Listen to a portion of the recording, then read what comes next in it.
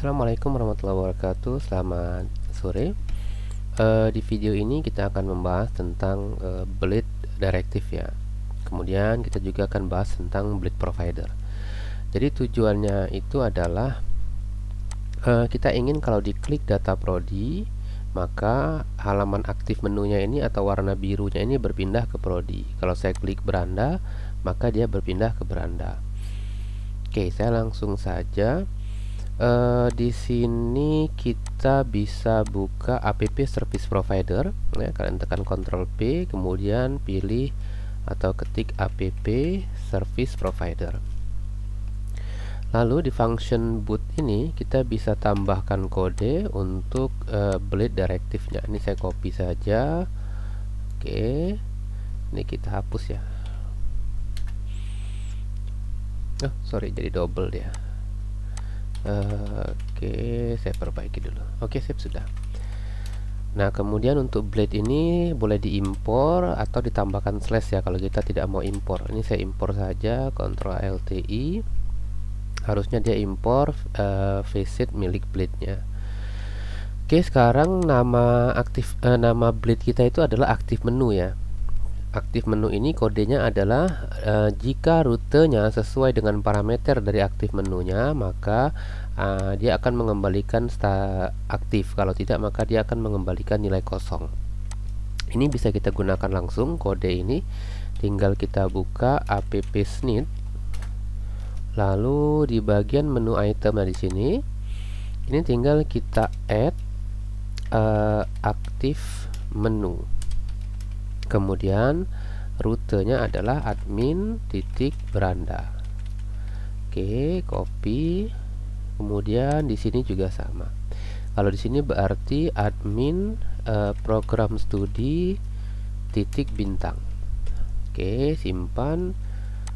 Kemudian kita refresh, lalu kita klik data prodi. Oke, sekarang aktif menunya pindah ke prodi. Saya klik beranda, aktif menunya sekarang di beranda. Jadi dengan cara seperti ini kita tidak perlu nulis di sini langsung. Ya, biasanya kode ini, kode rute is ini. Oke, ini saya copy. Biasanya kan kita di sini nih ngetiknya nih. Nah, biasanya kita gini. Ya, di sini kita masukin rutenya, misalnya admin titik beranda. Nah, jadi ini kita pindahkan dia menjadi perintah bleed ya, namanya bleed directive. Sehingga kita tinggal panggil saja aktif menu seperti ini. Oke, simpan, kemudian refresh. Lalu berikutnya adalah supaya kode kita lebih rapi, app service provider ini kan sebenarnya fungsinya nanti untuk hal-hal lain ya, bukan untuk bleed saja. Kita bisa buat provider khusus untuk menangani bleednya. Misalnya namanya nanti kita kasih nama bleed service provider. Oke, ini saya langsung buka komen saja. Kemudian di komen ini kita ketik nih make provider namanya adalah bleed service provider.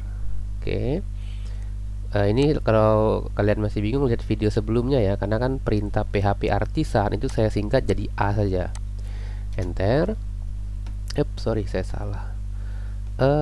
Make provider ini benar harusnya. Kita lihat. Oh salah, provider ya. Provider. Oke, provider, enter, udah jadi. Nanti filenya ada di app providers bleed service provider. Kita buka filenya bleed service provider. Nah, kemudian kita pindahkan kodenya. Jadi dia khusus untuk bleed. Semua kodenya nanti kita taruh di bleed service provider ya. Ini diimpor dulu, Ctrl LTI. Oke, sip, sudah selesai. Ini harusnya kosong. Gini aja. Oke. Nah, sekarang provider yang kita buat ini kita daftarkan dulu di app milik Laravel ya, karena Laravel kan belum kenal nih dengan provider kita.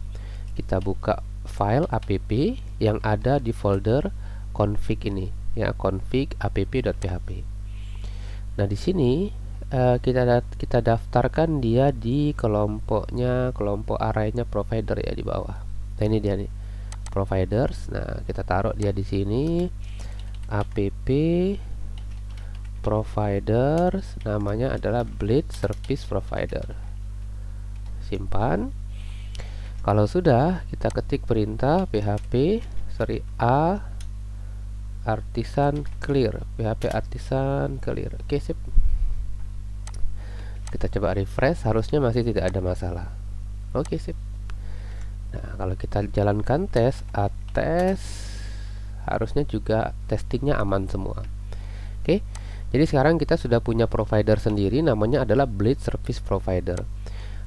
Mungkin nanti di sini kita bisa tambahkan misalnya format rupiah ya, dan perintah-perintah lainnya. Nah, tujuannya supaya kodenya lebih rapi. Kalau mau tulis di sini di app service provider boleh saja, tidak ada masalah ya. Hanya saja saya ingin membuat provider khusus untuk Blade supaya kode-kode yang milik kita sendiri, ini kan kode milik kita sendiri nih. Kalau Laravel kan dia juga punya nih, misalnya yang add out ya. Nah, ini kan punya Laravel nih. Nah, tapi selain dari itu, kode Blade directive milik kita sendiri itu kita taruh dia di service provider. Oke, silakan dicoba. Nanti kita akan lanjut lagi untuk proses testing CRUD-nya ya. Kita tinggal kita buat page untuk formnya, kemudian store, edit, update, dan destroy-nya. Oke, saya cukup sampai di sini. Assalamualaikum warahmatullahi wabarakatuh. Selamat sore.